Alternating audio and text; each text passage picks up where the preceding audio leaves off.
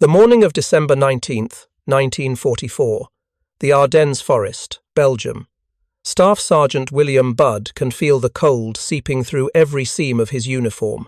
His breath comes in clouds inside the turret of his M18 Hellcat, and for a moment he wonders if the condensation will freeze to the breech of the 76mm gun before they even fire it. Through the periscope, the world is reduced to fog and skeletal trees, their branches weighted with fresh snow that fell during the night. He can hear them coming. Every tanker develops this sense, the ability to distinguish the particular grinding rhythm of German tracks from American ones. These are Panzers, probably Mark IVs, maybe a Tiger if they're unlucky. And they're close.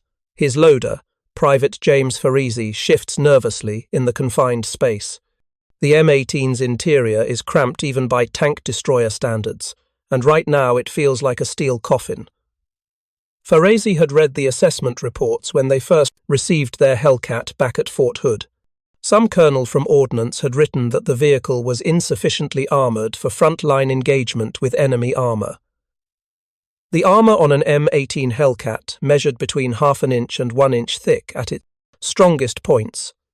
For comparison, a German Panther's frontal armour was nearly 5 inches thick. A Tiger? Almost 4 inches of hardened steel angled to deflect shells. The 88mm gun that most German heavy tanks carried could punch through the Hellcat's armour at ranges exceeding a mile. Budd knew all of this. His entire crew knew it. They'd been told, explicitly and repeatedly during training, that the M18 was not designed to engage in stand-up fights with enemy tanks.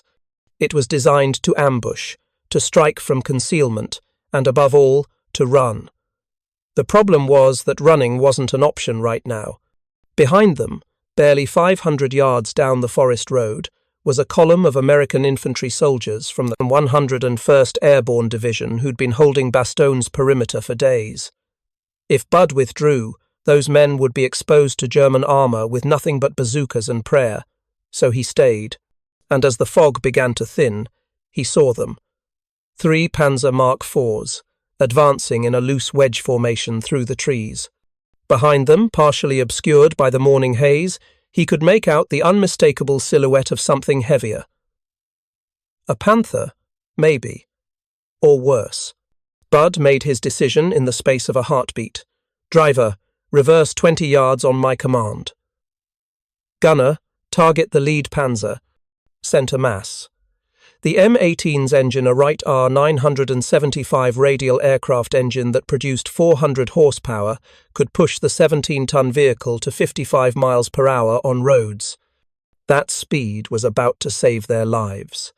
If you're enjoying this deep dive into the story, hit the subscribe button and let us know in the comments from where in the world you are watching from today.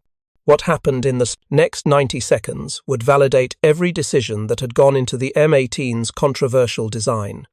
But to understand why this moment mattered, we need to go back 4 years to a time when the United States Army had no effective answer to German armour, and a handful of officers were fighting a bureaucratic war that would prove almost as difficult as the shooting war in Europe. 1940. The War Department, Washington, D.C. Lieutenant Colonel Andrew Davis Bruce watched the newsreel footage for the 3rd time that week.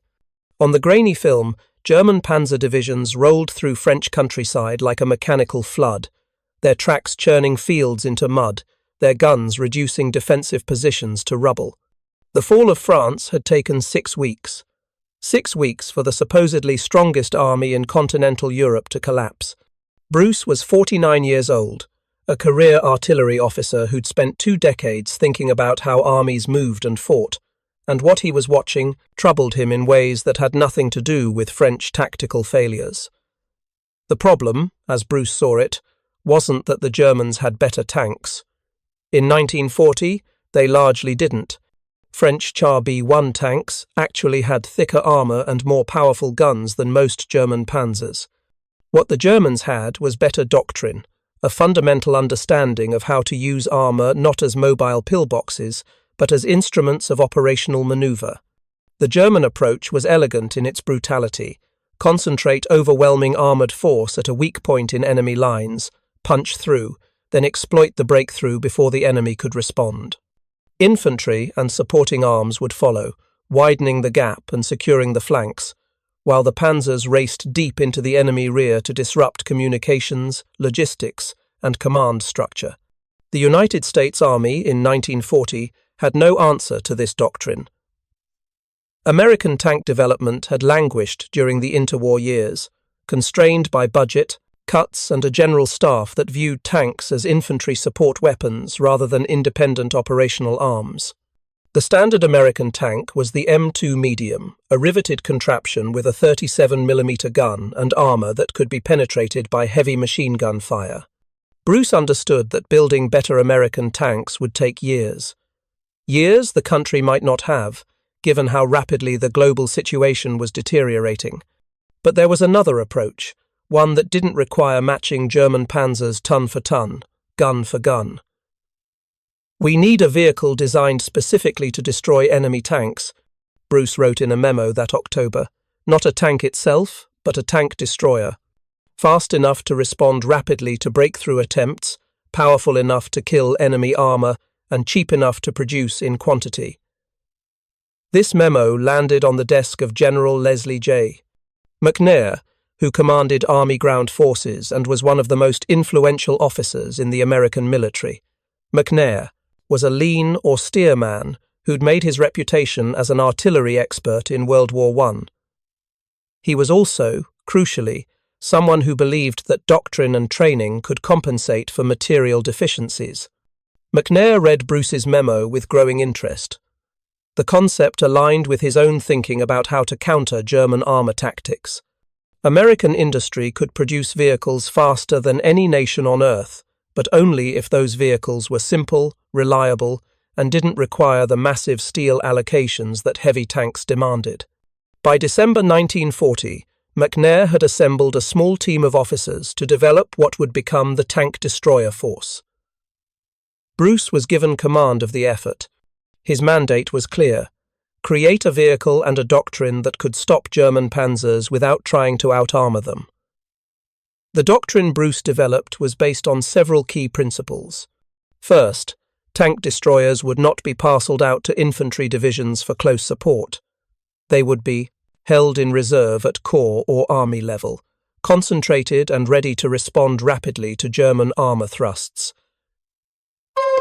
Second, they would rely on speed and manoeuvrability rather than armour protection.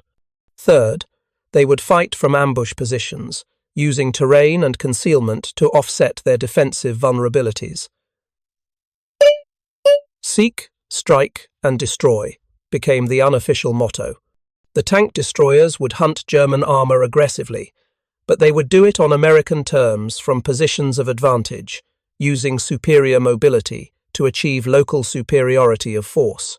The problem was finding a vehicle that could execute this doctrine. Early prototypes were disappointing. The M3 gun motor carriage, rushed into production in 1941, was essentially a 75mm gun bolted onto a half-track chassis. It was better than nothing, but its thin armour and open-topped fighting compartment made it desperately vulnerable. Crews called it the Purple Heart Box, a grimly humorous reference to the medal awarded for combat wounds. The M10 Wolverine, introduced in 1942, was a significant improvement. Built on a modified Sherman tank chassis, it mounted a 3-inch gun in a rotating turret and could actually survive combat engagements with German armour.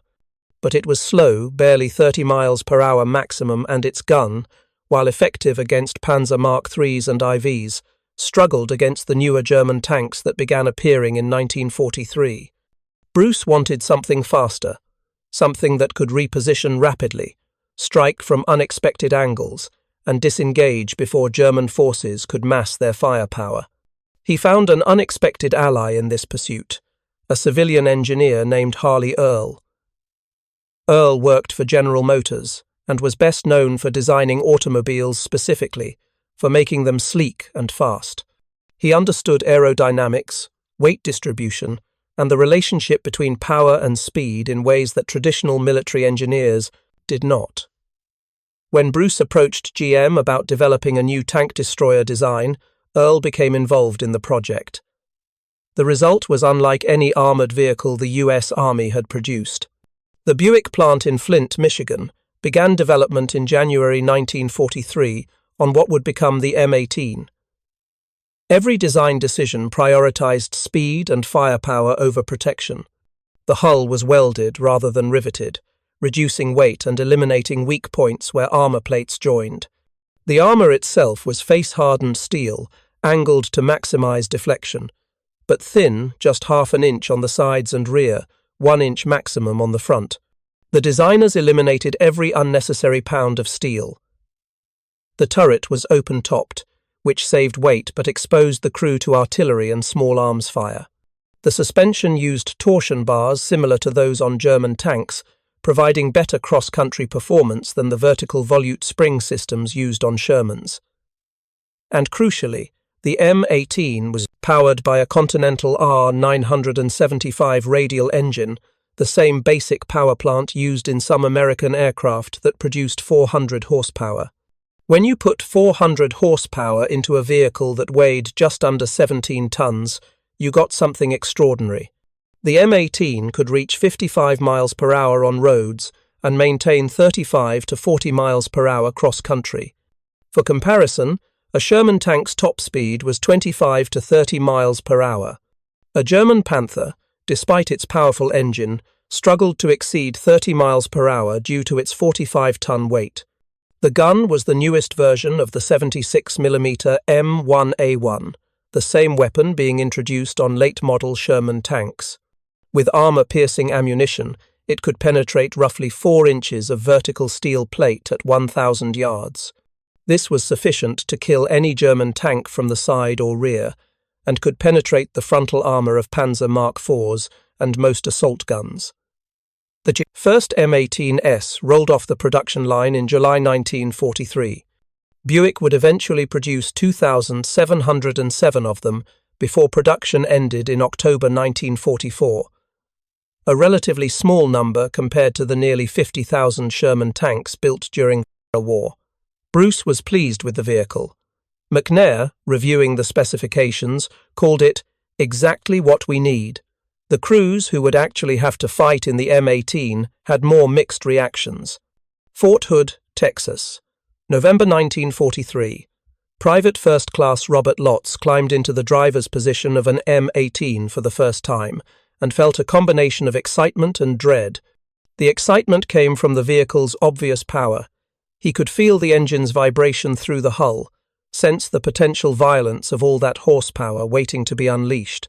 The dread came from how exposed he felt. Lotz had trained on M10 tank destroyers, which at least had a partial roof over the fighting compartment. The M18's turret was completely open. Sitting in the driver's position, he could look up and see sky. In combat, that meant German artillery shells could drop their shrapnel directly into the crew compartment. It meant infantry with rifles could shoot down at them if they got too close. It meant that if their vehicle was penetrated and caught fire, there was less metal between them and escape, but also less metal between them and death. It's a race car with a cannon. His instructor, a sergeant who'd fought in North Africa, told the assembled crews during their first briefing. You're going to be faster than anything else on the battlefield. Faster than Shermans, faster than German tanks, faster than most armored cars. That speed is your primary defense. Armor won't save you. Running will. The training emphasized the doctrine Bruce had developed. Tank destroyer crews learned to identify German vehicles by silhouette at long ranges. They practiced rapid firing, getting rounds off quickly and accurately, then moving before return fire arrived. They studied terrain, learning to spot hull-down positions where they could engage enemy armor while exposing minimal target area. Most importantly, they learned to think like hunters rather than duelists. A Sherman tank might slug it out with a German Panzer in a straightforward gunfight, trading shots until one vehicle brewed up or retreated. An M18 crew was taught to avoid fair fights entirely, hit from ambush. If ambush wasn't possible, use speed to achieve favorable positioning, ideally a shot at the enemy's thinner side or rear armour. The Germans have heavier armour and sometimes bigger guns, the sergeant explained. What they don't have is your mobility. A Panther might kill you in a straight-up fight, but you're not going to give it a straight-up fight. You're going to shoot it in the arse and be 200 yards away before it finishes turning its turret around. This philosophy made tactical sense, but it required a significant psychological adjustment. Tank crews, whether in Shermans, M18 or any other armoured vehicle, developed a natural tendency to trust their armour. Thick steel between you and enemy fire provided comfort, even if that comfort was sometimes illusory. M18 crews had to abandon this mindset entirely. Your armour will not save you, accept this fact. Your survival depends on not getting hit in the first place. Lots found the training both exhilarating and terrifying. During exercises, the M18 would race across the Texas landscape at speeds that seemed insane for a tracked vehicle. They'd crest hills at 40 miles per hour, the suspension absorbing impacts that would have thrown a Sherman's crew around like rag dolls. They'd practice emergency reversing firing a shot, then backing up at full speed to relocate before simulated return fire arrived. The open turret, initially frightening, began to feel like an advantage. It provided better situational awareness than a fully enclosed vehicle. The commander could stand up and scan the battlefield with binoculars, getting a 360-degree view without blind spots. The crew could communicate more easily with supporting infantry, and if they took a hit and needed to bail out, they could be out of the vehicle in seconds rather than struggling through narrow hatches. Still, doubts persisted. When Lotz and his crew received orders to ship out to England in March 1944, preparing for the inevitable invasion of France, those doubts crystallized into a specific, nagging question. Would the M18's speed actually matter when German tanks could kill them with a single shot? They would find out soon enough. The Bocage country of Normandy, France. July 1944. The first M18s arrived in France in mid-July, approximately 5 weeks after D-Day. They came ashore at Utah Beach and were immediately rushed forward to support American forces struggling to break out of the Normandy hedgerows. The Bocage, a patchwork of small fields separated by thick earthen banks topped with vegetation, was nightmare terrain for armoured warfare. Visibility was limited to a few dozen yards in any direction. German forces had spent years fortifying these natural defensive positions, sighting anti-tank guns and Panzerfaust teams where they could ambush Allied armour at close range. For Sherman tanks, the Bocage was a killing ground. The Sherman's reasonable speed and decent armour meant little when a German soldier could hide in a hedgerow with a Panzerfaust, a disposable anti-tank rocket launcher, and wait for an Allied tank to pass within 30 yards before firing. American tank losses in the first weeks after D-Day were catastrophic. The M18s faced the same environmental challenges, but their tactical employment was different. Tank destroyer battalions were held further back than the Sherman-equipped tank battalions, used as mobile fire brigades to respond to German counterattacks. When German armour was reported, M18s would race forward, engage, and withdraw before German infantry and anti-tank guns could surround them. The 704th Tank Destroyer Battalion, equipped with M18s, recorded its first kill on July 25, 1944, during Operation Cobra, the breakout from Normandy. A platoon of 4 M18s encountered a German column, including 2 Panther tanks near the town of Saint-Gilles. The German forces were moving cautiously through a sunken road, their visibility limited by high earthen banks on both sides. The M18 platoon leader, Lieutenant John Wilmot, positioned his vehicles on high ground overlooking the road. When the Panthers entered the kill zone, all 4 M18s opened fire simultaneously. The 76mm rounds struck both Panthers from above, hitting their thinner top armour before the German crews even realised they were under attack. Both Panthers were disabled in less than 20 seconds. The M18s reversed down the hill and were gone before German infantry could organise return fire. This engagement established a pattern. M18 crews learned to exploit their speed advantage ruthlessly. They would advance rapidly to advantageous positions, often moving through terrain that German commanders assumed was impassable for armoured vehicles. They would fire from unexpected angles, especially from positions that allowed them to hit German tanks' thinner side and top armour, and they would relocate immediately after firing, denying German forces the chance to concentrate fire on them. The Germans, accustomed to slower American armour, found this tactic deeply frustrating. A captured German tank commander, interviewed after the war, described M18s as hunting cars vehicles that seemed to appear from nowhere, fire with deadly accuracy, and vanish before his unit could respond effectively. But the M18's thin armour remained a constant vulnerability. On August 4th, 1944, near Mortain, an M18 from the 823rd Tank Destroyer Battalion took a direct hit from a German 88mm anti-tank gun. The shell went completely through the vehicle, killing 3 crew members instantly. The surviving 2 crew members bailed out as ammunition inside the vehicle began to cook off. This was the constant bargain M18 crews made. Extraordinary mobility in exchange for minimal protection. When the system worked, when crews could engage German armour from advantageous positions and escape before return fire arrived, it was devastatingly effective. When it failed, when German forces caught M18s in close terrain or surprised them from concealment, the results were catastrophic. By the end of August, as Allied forces broke out of Normandy and began their rapid advance across France, M18 battalions had compiled impressive kill records. The 805th Tank Destroyer Battalion claimed 39 confirmed kills against just 3 M18s lost.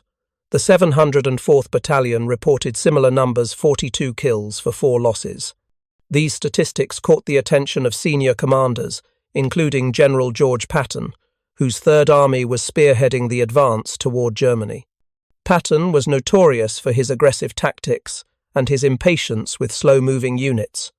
He appreciated speed, understood its tactical value in exploitation operations, and began requesting more M18 battalions for his army. But impressive statistics from battalion reports didn't capture the human experience. The constant tension of fighting in a vehicle where a single hit would likely prove fatal, where survival depended on being faster and smarter than an enemy who wanted desperately to kill you. Robert Lotz, now a corporal, found himself thinking about this constantly as his battalion pushed east through France in September 1944. His crew had survived several engagements by following their training shoot and move, never stay in one position long enough for German forces to range in on them. They'd knocked out 3 Panzer Mark IVs and 1 Panther, plus several self-propelled guns and armoured cars. Each kill felt like cheating death. Each engagement reinforced both the M18's effectiveness and its terrible fragility. On September 12th, near the Moselle River, Lotz's vehicle was moving through an abandoned village when they encountered a German Panther hull down behind a stone wall. The Panther's commander had positioned his tank perfectly, only the turret and gun were visible, with the heavily armoured frontal plate protected by the wall. Lotz's commander, Lieutenant Frank Cochrane, made an instant decision. Driver, hard left, flank speed. Lotz floored the accelerator. The M18 leapt forward, its tracks spraying gravel as it accelerated toward 40 miles per hour. The Panther's 75mm gun swung to track them, but tracking a target moving at 40 miles per hour while they were moving perpendicular to the gun's line of fire was enormously difficult. The Panther fired. The round went wide, missing their vehicle by perhaps 15 feet and detonating against a building behind them. Lotz kept accelerating, steering the M18 through the village's narrow streets until they'd flanked the Panther's position entirely. Gunner, target Panther, rear aspect, fire, when ready. The 76mm gun spoke once. The armour-piercing round hit the Panther's rear hull, where the armour was just 1.5 inches thick, essentially no protection against a weapon designed to penetrate 4 inches of steel. The round went through, and seconds later, smoke began pouring from the German tank's engine deck. The Panther crew bailed out. Lotz reversed the M18 and got them out of the village before any other German forces could respond. The entire engagement had lasted perhaps 90 seconds. That night, sitting in their camouflaged position while rain drummed on the M18's open turret, Cochrane said something that captured the vehicle's essential paradox. "We're the fastest thing on the battlefield, armed with a gun that can kill any tank the Germans have. But one mistake, one moment where we're not faster or smarter or luckier, and we're dead. It's like fighting with a sword made of lightning." By autumn 1944, M18 crews across the European theatre were learning the same brutal lessons. The vehicle's capabilities were extraordinary when employed properly, according to doctrine, exploiting its speed and hitting power. But it required crews to fight with constant, perfect aggression and situational awareness. There was no margin for error, no armor to protect you if you made a mistake. The question, the one that would only be answered after the war, was whether this trade-off was actually worth it. Was the M18's high kill count a vindication of Andrew Bruce's original doctrine? Or were those numbers compiled despite the vehicle's vulnerabilities, rather than because of its capabilities? The answer would come during the war's final winter campaigns, when German forces launched their last great offensive in the West, and M18 crews found themselves in exactly the kind of desperate defensive fighting that the vehicle had never been designed for. December 16, 1944, the Ardennes forest. At 0530 hours, German artillery began falling on American positions along an 80-mile front, stretching from southern Belgium into Luxembourg. For 90 minutes, German guns, some of them railway-mounted monsters with barrels that could hurl shells 20 miles, pounded American lines with a fury that hadn't been seen on the Western Front since the early days of the Normandy campaign. Then came the tanks. 3 German armies, the 6th Panzer Army in the north, 5th Panzer Army in the centre, and 7th Army in the south began pushing west, through the Ardennes. Their objective was Antwerp, the Belgian port through which most Allied supplies flowed into Europe. If German forces could reach Antwerp, they would cut the Allied armies in two, potentially forcing a negotiated peace that might save the Reich from total defeat. It was Adolf Hitler's last gamble, assembled from Germany's final reserves of men and material. The attacking forces included some of the best remaining units in the German military, equipped with the newest tanks, Panthers, Tigers, and even a handful of the massive King Tigers with their 88mm guns and nearly 8 inches of frontal armor. The American forces holding the Ardennes were, by contrast, a mixture of inexperienced divisions sent there for quiet sector training and veteran divisions pulled back to rest and refit after months of continuous fighting. The sector was considered a backwater, a place where nothing much happened. This assessment proved catastrophically wrong. Within 48 hours, German spearheads had penetrated 10 to 15 miles into American lines. Communications broke down. Units found themselves surrounded or bypassed. The carefully planned Allied advance toward the Rhine River, the offensive that was supposed to end the war by Christmas, ground to a halt as reserves rushed north to contain the German breakthrough. Tank destroyer battalions equipped with M18s found themselves in an impossible situation.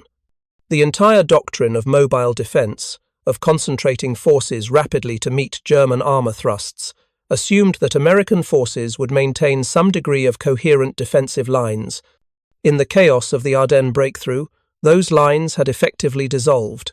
M18 crews discovered they were fighting the war. Their vehicle had never been designed for static defense, close-range engagements in terrain that favored ambush over maneuver, against German forces that held the initiative and could concentrate overwhelming force at points of their choosing. The 805th Tank Destroyer Battalion was positioned near the town of Saint-Vith when the German offensive began. Saint-Vith sat on a critical road junction. Whoever controlled it controlled several major routes west toward the Meuse River and Antwerp beyond. German commanders needed Saint-Vith. They were willing to pay heavily for it. Sergeant Harold Kiefer's M18 was part of a hasty defensive line established on the morning of December 17th. His orders were simple and impossible. Hold the eastern approaches to St. Vith against German armour until infantry reinforcements could arrive. The reinforcements, he was told, would reach them as soon as possible. Kiefer had been fighting in M18s since July. He'd developed what his crew called the survival sense, an almost intuitive understanding of when to shoot, when to move, when to find different ground entirely. That sense was screaming at him now, to get out, to relocate, to find anywhere but this exposed position where they'd been told to stay. But the infantry behind them, boys from the 106th Division who'd been in combat for less than a week, had no anti-tank weapons capable of stopping German armour. If Kiefer withdrew, those soldiers would be overrun by panzers and slaughtered. So he stayed. The first German attack came just after dawn. 6 Panzer Mark IVs supported by infantry, advancing down the road in a loose column. Kiefer's M18 and 2 others from his platoon opened fire from hull-down positions at roughly 800 yards. They knocked out 3 panzers in the opening volley. The surviving German tanks immediately reversed and withdrew, dragging 1 disabled vehicle with them. "We got them running," Kiefer's loader said. "They're not running," Kiefer replied. "They're regrouping." The second attack came 90 minutes later. This time, the Germans approached more cautiously, using the forest for cover, advancing in short rushes while mortar fire fell on the American positions. Kiefer held his fire until the range closed to 400 yards, then engaged. His crew knocked out 1 panzer and damaged another before German return fire forced them to relocate. The pattern continued throughout the day. German forces would probe, withdraw when they took losses, then return with slightly different tactics. By evening, Kiefer's M18 had expended more than 40 rounds of 76mm ammunition and claimed 6 confirmed kills, 2 Panzer Mark IVs, 3 assault guns, and 1 Panther they'd caught trying to flank their position through a tree line. But ammunition was running low. 2 of the 3 M18s in their platoon had been disabled, one by an anti-tank gun that nobody saw until after it fired, another by a track blown off when the driver tried to reverse over ground that turned out to be mined, and the promised infantry reinforcements hadn't arrived. When Kiefer used his radio to request resupply and orders, he got static and broken transmissions suggesting that battalion headquarters was either displaced or destroyed. That night, German artillery found their position. The first salvo landed close enough that shrapnel rattled off the M18's thin armour like hail. The second salvo was closer. Kiefer made the decision to withdraw. Staying meant dying, and dying wouldn't help the infantry who'd already pulled back under cover of darkness. His M18 withdrew through St. Vith just before midnight on December 17th. By December 21st, German forces had captured the town. The 805th Tank Destroyer Battalion had lost 11 M18s in 5 days of fighting, nearly a third of their strength, but they'd claimed 47 kills against German armour. Similar scenes played out across the Ardennes battlefield. M18 crews fought from static positions because withdrawal meant exposing American infantry. They engaged German armour at close ranges, where their thin armour provided almost no protection. They held critical road junctions and crossroads, trading the mobility that was their primary advantage for time that desperate American infantry needed to establish defensive positions. The losses were brutal. The 634th Tank Destroyer Battalion lost 15 M18s in 4 days near Bastogne. The 823rd Battalion lost 18 vehicles during the fighting around the northern shoulder of the German penetration. Some crews were killed when their vehicles took direct hits. Others were captured when their M18s threw tracks or broke down, and they couldn't escape before German forces overran their positions. But they kept fighting, and slowly, painfully, the German offensive ground to a halt. William Budd, whose story opened this account, was part of the 704th Tank Destroyer Battalion. His unit was rushed to the Bastogne area on December 19th, arriving just as the 101st Airborne Division and attached units were being surrounded by German forces. Bastogne sat at another critical road junction, one that German forces absolutely needed to continue their advance west. But by the time German commanders realized Bastonne's strategic importance, American forces had already occupied the town in strength. The resulting siege became one of the most famous battles of World War II. Budd's M18 was positioned on the eastern perimeter, in the exact situation described at this narrative's beginning, watching German armor approach through morning fog, knowing that withdrawal would expose paratroopers who were already desperately short of anti-tank weapons. When 3 Panzer Mark IVs appeared through the fog at roughly 600 yards, Budd made the same calculation that hundreds of M18 commanders had been making throughout the Ardennes fighting. Engage now, inflict maximum damage, and hope speed could save them if things went wrong. Gunner, target, lead panzer, fire. 76mm gun spoke. The armor-piercing round struck the lead panzer's turret, penetrating and detonating inside the fighting compartment. The panzer slewed to a halt, smoke pouring from its hatches. Driver, reverse 20 yards. Gunner, target right panzer. The M18 backed up rapidly, its engine roaring, repositioning to a slightly different spot that would force the German gunners to re-aim. The second shot caught the right-hand panzer in the frontal hull, a difficult shot, but at this range the M1A1 gun had sufficient penetrating power. The German tank stopped moving. The third panzer was already traversing its gun toward Budd's position when his gunner fired again. This round struck the turret ring, the junction between the turret and hull, jamming the traverse mechanism. The German tank could no longer rotate its main gun. All vehicles displace. Move to secondary positions. Budd's M18 accelerated backward, putting a rise in the ground between them and the German forces. Within 30 seconds, they were repositioning 200 yards south, ready to engage any German attempt to continue the advance. But the advance didn't continue. The disabled panzers blocked the narrow forest road, and German commanders, uncertain how many American anti-tank weapons covered the approaches, decided to probe elsewhere rather than push through what appeared to be a prepared killing zone.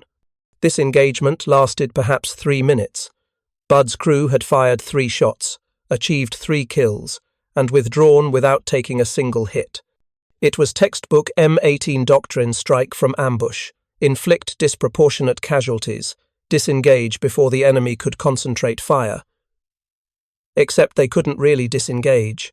Not while Bastogne was surrounded. Not while the 101st needed every anti-tank gun they could get.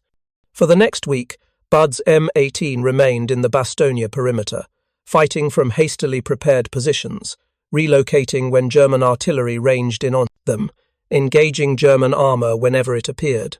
His crew claimed 7 confirmed kills during the siege: 3 Panzer Mark IVs, 2 assault guns, 1 Panther, and 1 half-track carrying infantry that had been foolish enough to approach an M18 at close range. On December 26th, elements of Patton's Third Army broke through to Bastogne from the south, ending the siege. Budd's M18 was still running, though it had taken shrapnel damage from artillery and needed track repairs.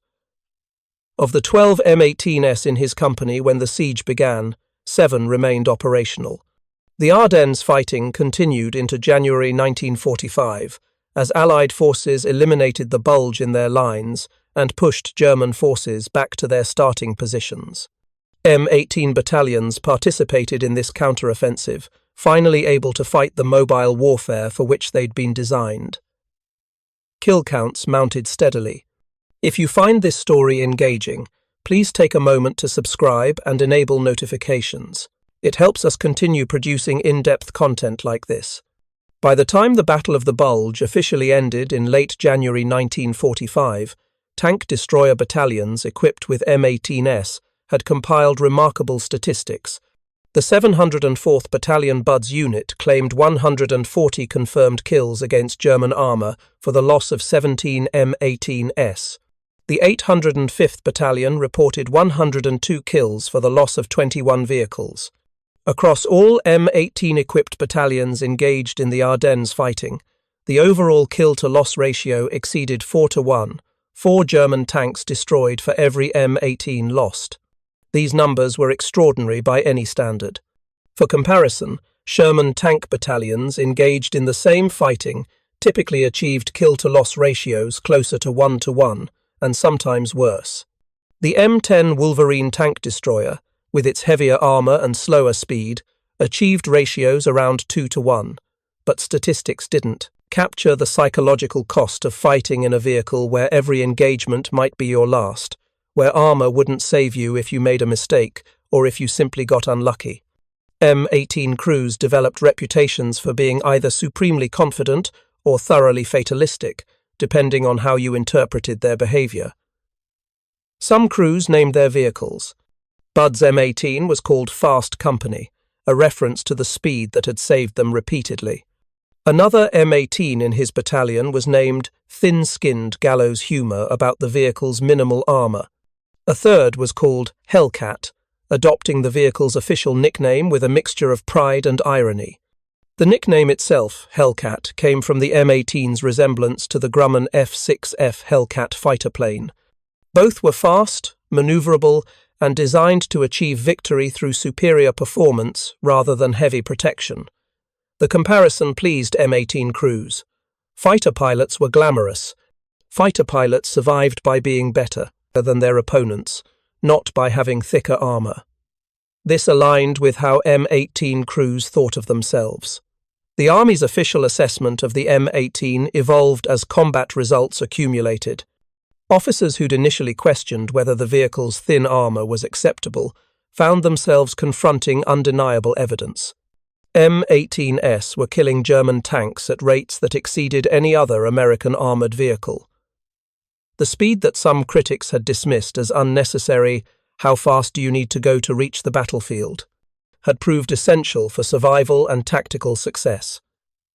General Bruce, who'd originated the tank destroyer concept, visited M18 units in Germany during March 1945. He spoke with crews, examined battle-damaged vehicles, and reviewed combat action reports. In a letter to General McNair, he wrote, "The M18 has validated every principle we established. Speed generates tactical options. Options create opportunities. The crews who understand this principle survive and succeed. Those who try to fight the M18 as though it were a tank generally do not." This observation captured something essential about the M18's nature. It wasn't a tank. It was never meant to be a tank. Crews who treated it like a tank, who relied on armor protection that didn't exist, who fought static battles where speed didn't matter, tended to die. Crews who embraced the vehicle's design philosophy, who understood that their survival depended on being faster and smarter than the enemy, achieved remarkable results. The war's final months saw M18 battalions advancing into Germany alongside the rest of the Allied armies. The fighting took on different characteristics as German forces fell back toward their homeland. Large-scale armoured battles became less common. Instead, M18 crews found themselves engaging German armour in towns and villages, supporting infantry assaults against fortified positions, and dealing with desperate last-stand defences by Wehrmacht units that knew defeat was inevitable but fought anyway. In these conditions, the M18's speed remained valuable but in different ways. The ability to relocate rapidly between threatened sectors, to respond quickly when German forces counterattacked, to pursue retreating enemy units. These capabilities made M18s useful even when they weren't directly engaging enemy armour. Robert Lotz, whose perspective earlier in this narrative reflected the concerns many M18 crews felt during training, survived the war, and wrote about his experiences decades later. His account provides insight into how combat changed crews' understanding of their vehicle. "We began by thinking the M18 was too light to survive. By the end, we understood that its lightness was the point. Heavy armor makes you slow. Slow gets you killed just as surely as thin armor does. The Germans had heavy tanks, Panthers and Tigers, with armor that our gun could barely penetrate from the front. But those tanks were slow to deploy, slow to relocate, slow to react when tactical situations changed. We could be anywhere. We could hit them from angles where their heavy armor didn't matter. and we could be gone before their advantages came into play. This evolution in perspective, from viewing the M18's thin armour as a fatal flaw to understanding it as an acceptable trade-off for superior mobility, characterized the experiences of most crews who survived long enough to internalize the lessons. The final recorded M18 kill of the European War occurred on May 7, 1945, the day before Germany's unconditional surrender. An M18 from the 634th Tank Destroyer Battalion encountered a Panther tank near the Austrian town of Steyr. The German crew was attempting to withdraw toward American lines to surrender, rather than be captured by Soviet forces approaching from the east. Exactly what happened remains unclear, whether the German crew failed to properly display surrender signals, whether the M18 crew mistook the Panther's movement for an attack, or whether the engagement occurred before surrender orders had been fully disseminated. What is clear is that the M18 fired first, hitting the Panther from 700 yards and disabling it. The German crew bailed out and surrendered. It was, in its own small way, representative of the M18's entire combat history, a fast, lethal vehicle engaging a heavier opponent from a position of tactical advantage and achieving victory without taking return fire. These kills were achieved with the loss of approximately 216 M18s to all causes: enemy fire, mechanical breakdown, accidents, and abandonment. The overall kill-to-loss ratio of roughly 2.4 to 1 represented the best performance of any American armoured vehicle in the European theatre. But statistics required context. M18 battalions were generally held in reserve and committed only when German armour appeared. They fought fewer total engagements than Sherman tank battalions, which were continuously committed to frontline combat. M18 crews could, to some extent, choose when and where to fight, engaging when conditions favoured them and withdrawing when they didn't. Sherman tank crews lacked this option. They fought wherever the infantry advance required tank support, in good terrain and bad, against prepared defences and hasty ambushes. Their casualties reflected this different employment pattern. Sherman losses in the European theatre totalled approximately 18,000 vehicles, though many of these were recovered and repaired. The Sherman's survival rate was lower, but its tactical requirements were entirely different. The fair comparison wasn't between M18s and Shermans, but between M18s and the alternative anti-tank solutions available to American forces. From this perspective, the M18's record was unambiguously successful. It provided American commanders with a tool for countering German armour that was faster, more lethal, and more survivable than any alternative the army fielded during the war. The human cost of this success deserves acknowledgement.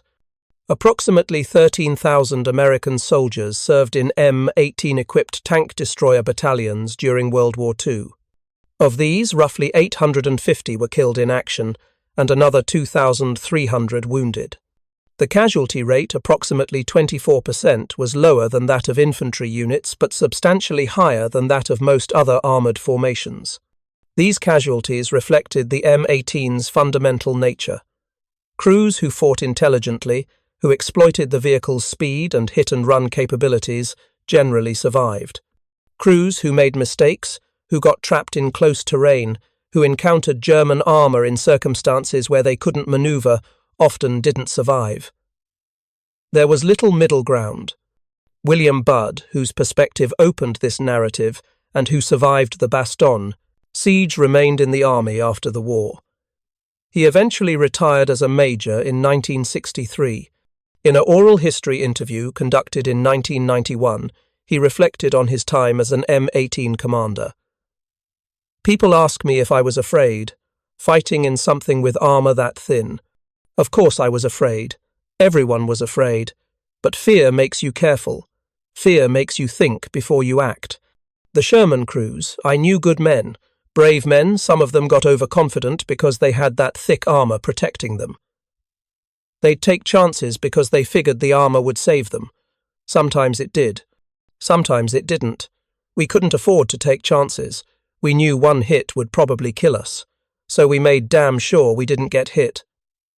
That concentration, That absolute focus on not making mistakes, that's what kept us alive. This psychological dimension, the way the M18's vulnerability forced crews to fight with perfect awareness and discipline, may have been as important to the vehicle's success as its speed or firepower. The M18 didn't allow complacency. It demanded excellence from every crew member, every engagement, because anything less than excellence meant death. The M18 remained in American service after World War II, though in declining numbers. During the Korean War, several M18 battalions deployed to the peninsula. They found limited utility there. North Korean and Chinese forces had relatively few tanks, and the mountainous terrain restricted the mobility advantages that made the M18 effective. By the mid-1950s, most M18s had been retired from active service or transferred to National Guard units. Some M18s were provided to Allied nations through military assistance programs. Yugoslavia received approximately 70 vehicles in the 1950s and used them into the 1960s. Pakistan and nationalist China also operated small numbers. A few Latin American countries received M18s and kept them in service into the 1970s, long after they'd become obsolete by modern standards. The vehicle's combat record influenced post-war American armored vehicle development in subtle ways. The principle that mobility could substitute for armor protection remained controversial, but it informed design decisions for vehicles like the M551 Sheridan light tank, and decades later, the Stryker family of wheeled combat vehicles. The M18 demonstrated that speed and lethality could create tactical advantages, that heavy armor couldn't match, a lesson that remained relevant even as tank technology evolved. Today, approximately 24 M18 Hellcats survive in museums and private collections worldwide. Several have been restored to running condition. The most extensive M18 collection is at the U.S. Army Armor and Cavalry Collection at Fort Moore, Georgia, where multiple vehicles are preserved alongside other tank destroyers from World War II. Walking around a preserved M18 in person provides perspective that photographs and specifications cannot fully convey. The vehicle is smaller than most people expect. The hull barely reaches an adult's shoulder. The armor is shockingly thin, especially once you understand that men fought and died inside this steel shell. The turret's open top, which seemed so dangerous to crews during training, somehow seems even more exposed when you're standing beside the vehicle, imagining artillery shells falling from above. But there's also a sleekness to the M18's design, a sense of purpose in every line and angle. This was a vehicle built to do one thing supremely well: find enemy armor, kill it, and survive to fight again. Every pound of unnecessary weight had been eliminated. Every design decision prioritized the mission over crew comfort or conventional protection. The 76mm gun, protruding from the low-profile turret, remains impressive. This was the weapon that destroyed Panthers and Tigers tanks whose designers had prioritized armor protection above all else. The M18's gun didn't care about armor thickness if you could hit the enemy from the flank or rear, and the M18's speed almost always allowed its crews to achieve exactly that positioning. Harold Kiefer, whose experience at St. Vith exemplified the challenges M18 crews faced during the Ardennes fighting, also survived the war. He remained in contact with several members of his crew for decades afterward. In a letter written in 1987 to a military historian researching tank destroyer operations, Kiefer made an observation that captures something essential about the M18's legacy. People focus on the kill counts and the speed statistics. Those things mattered, obviously. But what really made the M18 work was that it forced us to be better. You couldn't survive in an M18 by being average. You had to be excellent at your job: driver, gunner, commander, loader, everyone. One person makes a mistake, the whole crew dies. That pressure created a kind of intensity I've never experienced anywhere else. We trusted each other completely because we had to. And that trust, that shared intensity, that made us effective in ways that had nothing to do with the vehicle's specifications. This human dimension, the way the M18's design characteristics shaped crew psychology and unit cohesion, may ultimately be more significant than kill-to-loss ratios or speed records. The M18 succeeded not despite its vulnerabilities, but partly because of them, because those vulnerabilities demanded excellence from everyone who crewed the vehicle. The Army's initial skepticism about the M18, the concerns about inadequate armor, the questions about whether speed really mattered, the debates about whether the tank destroyer concept itself was sound, all of these doubts were reasonable, given what military planners knew in 1943. Heavy armor had dominated ground combat since tanks first appeared on World War I battlefields. The assumption that more armor meant better protection was sensible. What the skeptics hadn't fully appreciated was how radically the battlefield would change between 1943 and 1945. The increasing lethality of anti-tank weapons, the importance of rapid operational tempo in mobile warfare, the premium placed on flexibility as Allied forces advanced into Germany. All of these factors favored vehicles that could move quickly and engage from positions of tactical advantage over vehicles that relied primarily on armor protection. The M18 arrived at exactly the right historical moment. Earlier in the war, when combat was more static and defensive, its thin armor would have been a fatal flaw. Later in the war, as jet aircraft and guided missiles began to appear, ground-based armored vehicles of all types would start becoming obsolete. But in 1944 and 45, in the specific conditions of mobile warfare across Western Europe, the M18's combination of speed and firepower proved devastatingly effective. The 526 confirmed kills achieved by M18 battalions represent more than statistics. Each number represents a specific engagement: a German crew that never made it home, an Allied advance that continued because enemy armor had been eliminated, an infantry unit that survived because tank destroyers had removed the threat before panzers could reach their positions. Each number also represents an M18 crew that executed their training perfectly under enormous stress, that positioned their vehicle correctly, that fired accurately, and that withdrew before German forces could respond. Every kill was earned through skill, courage, and a certain kind of calculated recklessness that the M18's design both demanded and enabled. The vehicle that the Army had initially considered too lightly armoured for frontline service had become one of the most effective tank killers of World War II. The speed that some officers dismissed as unnecessary had proved essential for survival and tactical success.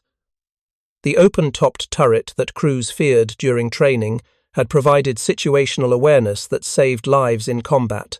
In the end, the M18 Hellcat vindicated Andrew Bruce's original vision, that American forces could counter German armor superiority not by matching Panthers and Tigers ton for ton, but by creating a vehicle that was faster, more flexible, and employed according to a doctrine that emphasized maneuver over direct confrontation.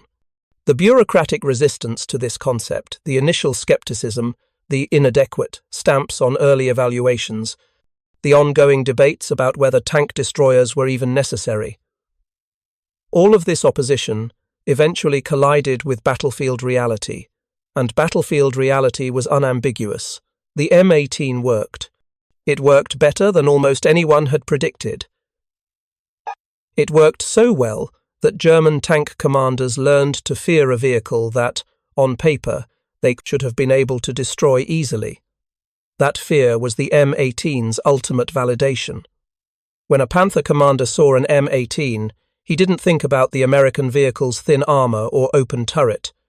He thought about how fast it could move, how accurately it could shoot, and how his own tank's heavy armor wouldn't matter if the M18 got to his flank. He thought about other Panthers that hadn't been fast enough to track the American tank destroyer before it fired and withdrew. He thought about survival, the same survival calculations that M18 crews made every time they went into combat, just in opposite directions. Thank you for watching. For more detailed historical breakdowns, check out the other videos on your screen now, and don't forget to subscribe.